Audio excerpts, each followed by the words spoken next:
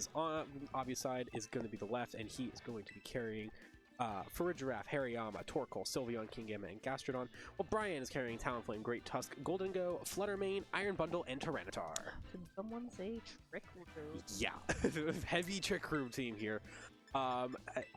What's interesting here is, obviously there's that Torkoal, but looking at Bryan's side here, Bryan's is extremely it's like offensive heavy. Oh yeah, that's what I was gonna say. You click moves and things should get knocked out, right? It works though. I mean, obviously he's now in top 8, and what's interesting to me, which I just find kind of cool, Tyranitar is there without anything to abuse the sand. I mean, you have Great Tusk, which is it's not gonna get hit, and Goldengo's not gonna get hit. But like when you look at it, there's nothing here that actually abuses sand power. You don't always really need which is true. Like that, right? I've always wanted to use Tyranitar. I mean, it's such a great Pokemon. It's bulky and it takes so much. And now with Terrestrializing, it is so good with especially those Terra flying. The important part here is that like Bryan has a lot of options to just sort of go and wreak havoc on Abhyu's side of the field, right?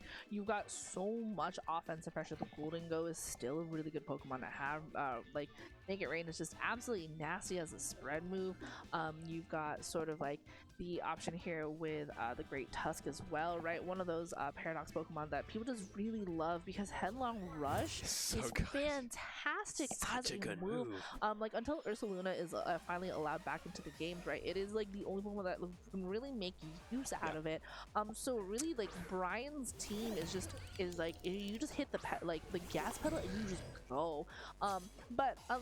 You know, like previous games we've seen Fergraph next to not quite Iron Bundles, but it's more present day compatriot, which is at Hariyama. And we're going to see Fluttermane and Goldengo on Bryan's side. This is interesting. Obviously, we're just going to try and set up that Trick Room because it's duh. But no fake out here because both of the opposing Pokemon are ghost types.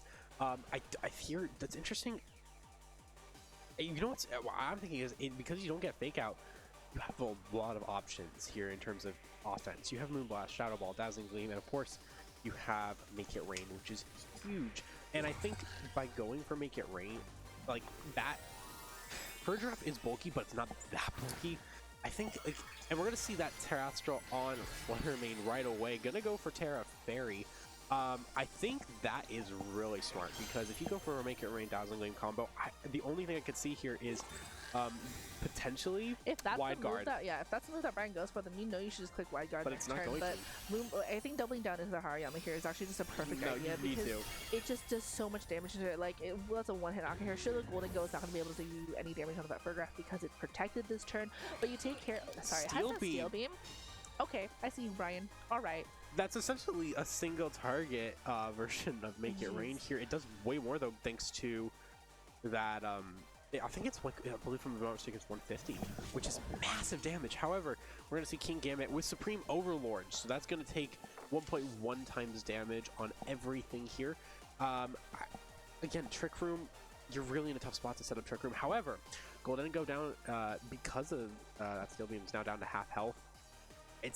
I think here, yeah, if you Sucker Punch it, Fluttermane may not be able to pick up the knockout for Giraffe, and after that, if you set your Trick Room up, that's when you can start abusing things. And really, it's going to come down to whether I think you just switch. I think you should just switch out the Goldengo. Yeah, I know. I don't. Yeah, I was gonna say like there's no way that you should skip in here because you're gonna. There's too much pressure here from both the Pokemon on Abhyu's side of the field, right? So Tyranitar is actually not a horrible idea to switch back in here. Really you're gonna slowly start like chipping away on the Fergraph.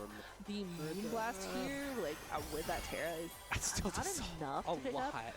Cataclysm though is gonna go into what was that Goldengo. So Tyranitar eats it up pretty nicely. Sure, Trick Room gets set up here, but I think you're still pretty much in a, like maybe not quite as like ahead in the driver's seat with Bryan, but you're still in a really good spot where you're able to at least still like put pressure on Abhyu's Pokemon, right? The fact like that Kingambit is actually not let's see. Oh yeah, it's a Supreme Overlord actually, not Defiant. Really interesting choice to bring it out in this moment. Go for Iron. Yeah, that's the way to go. Definitely the way to go. Onto that Tyranitar. So Tyranitar will go down this turn. Yeah, the first Pokemon on Bryan's side to actually get knocked out here. Kingambit gonna lose some HP thanks to that Life Orb. The Hyper Voice from Fergraph does some okay damage into the Fluttermane.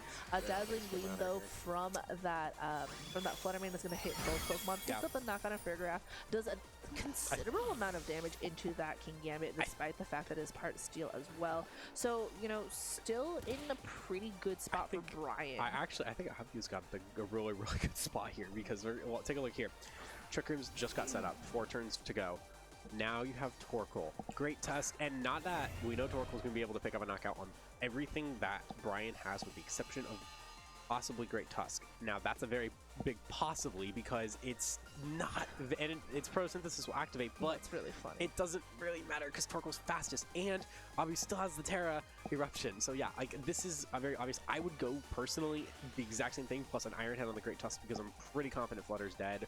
Golden goes weak to it. The Flutterman gets knocked out here, yeah. Yeah, there's no Flutter's dead. I mean, you just go for the Iron Head onto the Great Tusk to chip it. I mean, just in case the Eruption's not enough, that's what you do. And that's exactly what he did. If Eruption's not enough, I would be extremely surprised. I would imagine so. I mean, especially because Great Tusk's got like 50 special defense, it's not going to live it. I mean, this should, at this point, you just spam Eruption until you win. There's no way I could see Bryan protecting enough turns. I mean, if he gets, you need a triple protect in order to keep that. Yeah, I mean, yeah, so this is, I think if you're Bryan, here's what you gotta do. You just spam protect. Because that last Pokemon, Goldengo, it's choice specs, so it is not going to be able to protect. If one of these two goes down, your Goldengo is going down. You basically need to have these two survive until the Trick Room's over, then go into Goldengo to finish it off. But even then, if you go for a Seal move, resisted on both sides. So Goldengo's in a really tough spot. The Fluttermane going down. You switch out the Goldengo. Yeah, I would definitely switch the Goldengo. Yeah, you have to switch Goldengo. You can try for the double protect here on the Fluttermane. And then just from there, you just have to hope for the best, because you at least get one extra turn with the Great Tusk to protect. Then from there, it's just a matter of like it's a double protect game. It's a double protect game. At this point, there's the Eruption. That's, I believe, there's 2 more turns, I believe. So protect and then double. If Great Tusk can pull off this double protect, then it goes for an Earthquake and wins this game. If not, Eruption finishes it off. So I think it's really going to come down to that. The Iron Head from King Gambit's not going to do anything because there's no Pokemon on the field to hit that I would want to hit. It could hit its own Torkoal, but yeah, no, probably not a good idea. But that Great Tusk full health, again, single target. Once again, photosynthesis coming out, which pretty much guarantees that if it hits that Earthquake, these two are dead. But yeah, we have... That's the last. Oh, this is the last turn of Trick Room. Oh, okay. So yeah, because the turn the Frigoraph went down was one of the turns of Trick Room, so you really just have to protect here. The Sucker Punch won't even actually be enough to knock out the Great Tusk. Yeah, honestly, no, Bryan's in a really good spot then. Yeah. Yeah. You just protect an Earthquake. Yeah, I thought there was one more turn. I thought that was it. It's the turn that the Frigoraph went down was already a turn of Trick Room. So really, like, Bryan, like I was saying, right, Bryan's team just is so full of offensive pressure that really all you really have to do is just, like, take out 1 or 2 knockouts, and then even if, like, Trick Room goes up, the big thing about Trick Room is if you're the person playing against Trick Room, you just have to wait for those turns to expire. And actually the really interesting here is if you're a Bowie, you just have to kind of realize the Torkoal actually kind of helps out Bryan's team, right? He's got a Fluttermane and he has a Great Tusk. So really here, Bryan's like, oh cool, thanks for the sunlight, the Earthquake. Oh no! I mean, it still doesn't matter. Because here, you're choice specs. Like, yeah. It doesn't matter. Cool, I'm going to do 3 HP worth of Eruption in the sun. Oof.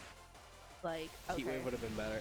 The sad thing here, well, first off, you know that you live now. I think this game, if you're Abhyu, you take this as a learning game. I mean, like, you could live because of a roll or not, right? Like, that's not something you're gonna, like, risk. You know that, like, it's still, like, super active. Yeah. But at the end of the day, right, 9 times out of 10, when you're in the spot that he was in, Eruption is still probably the best option to get into. Definitely. But what's interesting is if you check your Trick Room and you realize what could potentially happen with the Protects, it does have Heat Wave. And that, I think, is interesting. Now, Heat Wave is very risky. You could miss it, and you're relying on a lot of Heat Wave hits. However, if it is one of those matches where now, after seeing you live in an Earthquake with 3 HP, you're like, what if I go Heat Wave? What if I go for it? Would that be better? Now you're playing mind games with yourself on whether or not to click Eruption or Heat Wave, and that, in its own kind of situation, makes it a lot tougher for you, but also gives you that chance of victory. So I think, most importantly, I don't know if I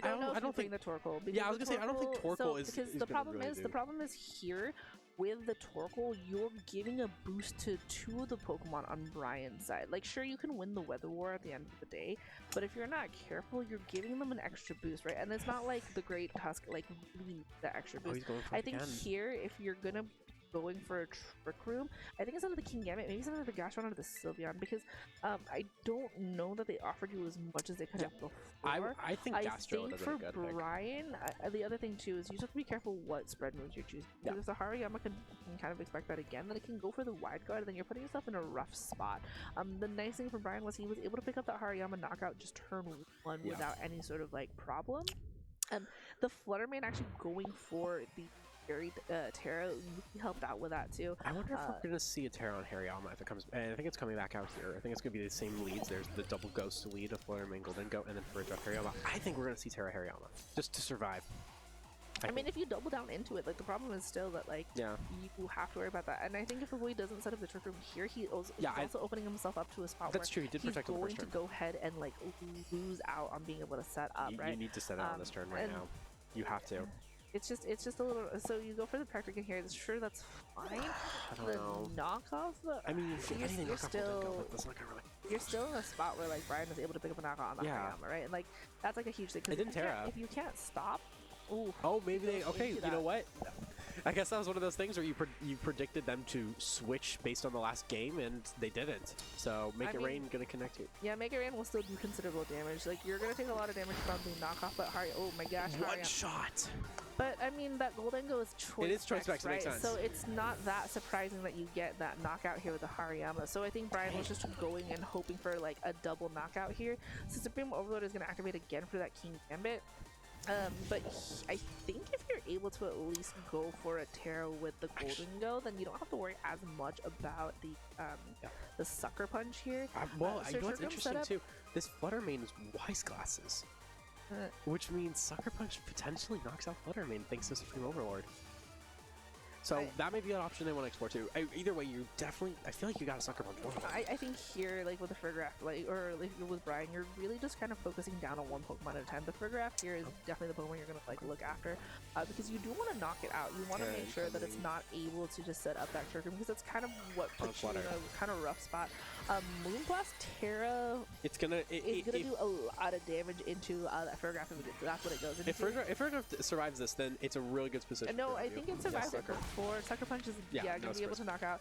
It's one of those like easy kind of knockouts here for like against the Gholdengo. Yeah, I think it was like survived with like 60 HP. So yeah, it was able to set up Trick Room last time because of like surviving the Dazzling Gleam. Yeah, it's is less not damage. Gonna be able to do as much damage as the Moonblast would. Is still able to do considerable damage into that Kingambit, but Trick Room is going to be set up. But I also still think that Brian's still in a pretty decent spot. Like the Kingambit, if you knock it out, is fine. Hyper Voice. This is great. Just because Great Tusk is such a good Pokemon. I mean, all you really have to do is what? Click Protect Earthquake. Yeah. I mean, honestly, I would protect Virgil. I don't even know. Shadow Ball low? A double down into the Great. Okay. I mean, yeah, like here, if you're Brian, you just go offensive. That's not that bad. You Earthquake. You'll knock out here the Gambit. Actually, you know what? That's quite smart because that means Flutter Mane can't protect him next turn, and then you can go for the Eruption right away. Yeah, the Shadow Ball though, like here. I don't think the Shadow Ball mattered. I don't know. Like it's still like it's really gonna be an Eruption spot. game. It's gonna be an Eruption game. This is gonna knock out. First half. Gambit is done. I mean, Kingambit was already like at half health, right? Like, yeah, there's no way it was living it, but I'm shocked that the Fridruff living that. Because I thought it was definitely gone here. But now looking at what I mean, this Flutter Mane, it's gotta have to double protect to survive this Eruption. If not, okay, let's look at the other Pokemon. There is Iron Bundle, that's gone. There is Tyranitar, which if you have Tyranitar, bring it out now, get rid of the Sun. And then there's Talonflame, which would not be benefit. I'm guessing Tyranitar is that last Pokemon, and if it is, that is going to be you just protect the Great Tusk here, and then you bring out the Tyranitar. You get rid of the weather, and then now it's just a matter of like you switch out the Great Tusk for the Flutter Mane. You just keep playing around with the with like the protects and like the turns of Great Tusk switching out this turn, which basically means Flutters. Okay. And there's Tyranitar. I would have done that the other way around personally. I think the Flutter Mane should have been the one to get switched out, protect the Great Tusk, and then kind of go around that way, because I think you have more longevity and more turns to you're waste. better off with the Flutter Mane getting knocked out than you are with the Great Tusk. I think Great Tusk and Tyranitar next to each other is a little bit better. Sure, we're gonna see the Terra typing here for that Torkoal, so it is still gonna at least get a little bit of a boost for your option. No longer just the same powerhouse as it was in the Sun at full health. I mean, actually, the Choice Specs Eruption. No, Flutter's dead. Flutter's dead. It's Choice Specs. Oh, it did! Yeah, but it's so, that's going down to a Hyper Voice now, but still, like, I'm surprised it survived that, even with the Choice Specs. Which actually is really good for Tyranitar because it no longer becomes a single target. Yep. So actually it's still really good for Bryn. He does have to worry a little bit about Protect. So I'm actually surprised he didn't just switch in the Tyranitar and then go for the Protect on the Great Tusk. Yeah, me too. Then let down the Flutter Mane go down the next turn, because that would have offered him a little bit more extra turns of Trick Room to like sort of knock out. The thing is, here if you can survive, I think you might be able to. Trick Room? Ooh, yeah, I don't know. I think he should have done it the other way around. For yeah, that he should definitely. Well, maybe he's going for the Tyranitar hit, so that way you can get rid of the Eruption power, and then after that, Earthquake till you win. I mean, because then Tyranitar can just finish it off, you know. So, and with the Sandstorm, that kind of puts a timer. You also get the boost in like special defense. Yeah, that's what I was saying. Not only that, the Great Tusk is going to protect on this turn, which is what it should be doing because you're still in Trick Room turn. So Torkoal go for the Eruption here. It's not single target because there's still a Pokemon on like the other side. Even with single target, I don't think it would have knocked out. So this Tyranitar is going to eat it up there just very nicely. Yeah. Tyranitar's going to be able to get some damage down into here. Yeah. If this misses on Torkoal, is going to not hit with the Fergirath. If that Torkoal, it doesn't actually really matter. I mean, I don't think it mattered, but like, well, maybe it did. It's still fine because I mean, you can at least try to protect for that Great Tusk actually might be in a little bit of a rougher spot. So you have to go for a double protect. I think with a Great Tusk here, it does not get it. Tyranitar actually still pretty. It's in a really good spot. Struggle Eruption here is not. I mean, you're still like in sand. Tusk's gone. So, I mean. That's a little bit rough. I think what he should have done was he should have kept the Flutter Mane in. Should have kept the Flutter Mane, or like switched out the Flutter Mane, protected the Great Tusk, and then switched out the Great Tusk for the Flutter Mane. Was that the last turn of Trick Room? That's it. Yeah, that's it for Trick Room.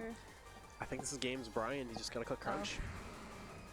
So, I mean, yeah. So there's like the end of Trick Room, and like I guess the end, like the Great Tusk, getting knocked out doesn't.